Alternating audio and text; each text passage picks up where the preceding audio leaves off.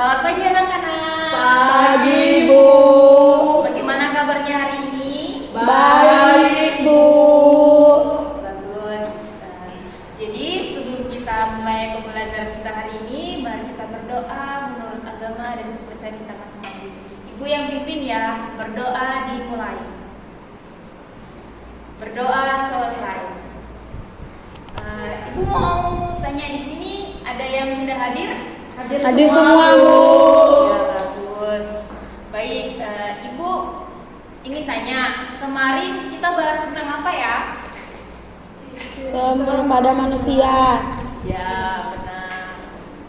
Baik, kita masuk ke materi hari ini, yaitu tentang indera penglihatan atau bagian-bagian mata beserta fungsinya. Pengertian mata. Mata adalah salah satu bagian tubuh yang memiliki peranan penting dalam hidup manusia yang digunakan sebagai indera penglihatan. Selanjutnya, organ mata manusia dikategorikan menjadi ada dua bagian. Yang pertama, bagian luar dan bagian dalam. Kita akan bahas bagian luar itu. Yang pertama, ada alis, ada kelopak mata dan bulu mata. Alis itu apa sih fungsinya? Pada sebagai mamalia atau seperti manusia, alis mata merupakan bagian yang mempunyai sedikit bulu-bulu halus di atas kedua belah kelopak mata. Alis mata berfungsi untuk menjaga mata dari bedak, cair, dan keringat. Yang kedua, kelopak mata.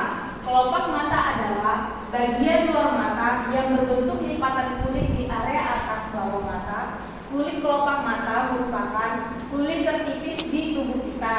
Kelopak mata berfungsi untuk melindungi mata dari debu dan kotoran. Yang terakhir, bulu mata. Bulu mata akan rambut mata merupakan bagian dari kelopak mata yang mempunyai belayan rambut-rambut. Fungsi bulu mata itu untuk menyaring cahaya yang akan diterima oleh bola mata. Baik, kita akan bahas yaitu di bagian dalam. Yang pertama, kornea. Kornea adalah bagian bening yang bersifat tembus pandang dan terletak di lapisan terluar karena berfungsi sebagai tempat masuknya cahaya pertama kali sebelum akhirnya cahaya dapat masuk ke sel-sel penerima di bagian dalam mata. Terus yang kedua, pupil. Pupil yang merupakan bagian lingkaran mata di bawah mata kita sebenarnya adalah tempat lewatnya cahaya ke dalam mata. Pupil berfungsi untuk mengatur banyaknya sedikit cahaya yang masuk. Terus yang ketiga, iris. Iris merupakan bagian berwarna yang berada di sekitar pupil. Fungsinya untuk mengatur sejumlah cahaya. Baik, yang keempat yaitu retina atau selaput jala. Retina adalah lapisan sangat tipis yang peka terhadap cahaya. Posisinya berada di dinding paling dalam yang berfungsi untuk menangkap bayangan benda. Retina ini mempunyai reseptor cahaya yang bernama sel batang atau basilus dan sel kerucut atau konus. Ketika ada bayangan benda yang jatuh pada titik itu, kita tidak dapat melihatnya. Bagian ini disebut titik buta. Yang kelima, lensa mata. Lensa mata adalah bagian yang bersifat lunak dan transparan. Posisinya berada di belakang iris. Bagian mata ini berfungsi untuk mengumpulkan dan memfokuskan cahaya agar bayangan suatu benda dapat jatuh di tempat yang tepat. Yang keenam, saraf optik. Saraf optik berfungsi untuk meneruskan informasi visual benda yang diterima retina menuju ke otak. Saraf optik ini yang membuat kita dapat mengetahui bagaimana bentuk suatu benda yang kita lihat. Oleh karena itu, jika saraf optik ini rusak, maka kita tidak bisa melihat. Yang ketujuh, koroid. Koroid adalah dinding mata yang berfungsi sebagai penyuplai oksigen dan nutrisi untuk bagian-bagian mata yang lainnya, khususnya retina. Koroid biasanya berwarna coklat, kehitaman atau hitam. Warna ini bertujuan agar cahaya tidak dipantulkan kembali. Yang kedelapan ada aqueous humor. Aqueous humor adalah cairan berlendir yang transparan seperti plasma. Cairan ini terdapat di balik kornea mata. Aqueous humor memiliki beberapa fungsi, salah satunya membantu memberikan bentuk bola mata. Yang kesembilan, vitreous humor. Vitreous humor merupakan bagian mata yang berbentuk gel bening dan tidak berwarna. Gel ini mengisi hampir sebagian volume bola mata. Vitreous humor berfungsi untuk mempertahankan bentuk ulang di belakang lensa mata, menyokong lensa mata, dan mempertahankan bentuk bola mata. Yang terakhir, titik buta. Bintik buta atau titik buta adalah bagian yang berfungsi untuk meneruskan dan membelokkan berkas saraf menuju otak. Di bagian mata ini tidak ada sel-sel yang pekat terhadap rangsangan cahaya. Itu artinya ketika ada bayangan benda yang jatuh ke titik ini, kita tidak akan bisa melihatnya. Baik, Ibu punya media. Bagaimana sih cara kerjanya mata? Yang pertama, cahaya memasuki mata melalui pupil. Ini contoh mata. Yang kedua, lensa mata menyarankan cahaya sehingga bayangan benda jatuh tepat di retina. Di belakang ini merupakan bayangan benda. Yang terakhir, ujung-ujung saraf yang ada di retina menyampaikan bayangan benda ke otak. Otak memproses bayangan tersebut sehingga kita dapat melihat. Di bagian sini kan kayak gini kan, dari sini nanti otak kita ya. Iya, Bu. Baik, Ibu ada contoh video, anak-anak simak ya. Baik, Bu. Baik, Bu.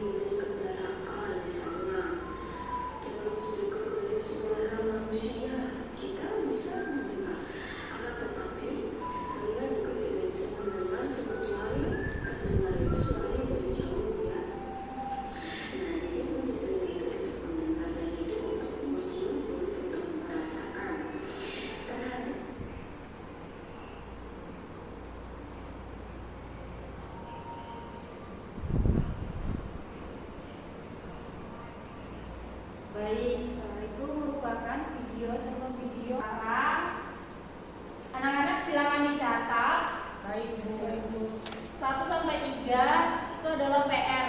Jadi minggu depan Ibu akan tanya tugasnya apakah selesai atau belum, dan akan dikumpulkan minggu depan ya. Baik, Bu.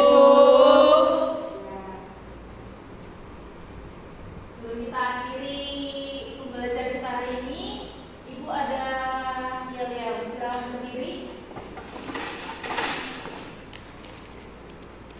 Mari kita tepuk semangat ya. Tepuk semangat.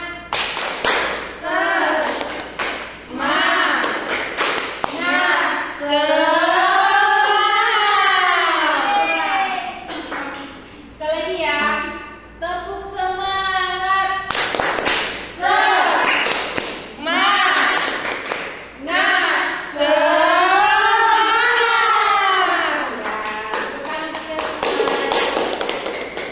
Ya, jadi pembelajaran kita hari ini kesimpulannya yaitu kita belajar tentang panca indera. Yang pertama ada apa saja? Di bagian mata ada alis, Ada alis, ada kelopak mata, bulu mata. Ya. Anak-anak sudah mengerti semua ya. Ya, Bu. Baik, sebelum kita mengakhiri pembelajaran kita hari ini, mari kita berdoa. Ibu yang pimpin ya. Berdoa dimulai. Berdoa selesai. Baik. Sekian pembelajaran kita hari ini. Kurang lebihnya Ibu mohon maaf.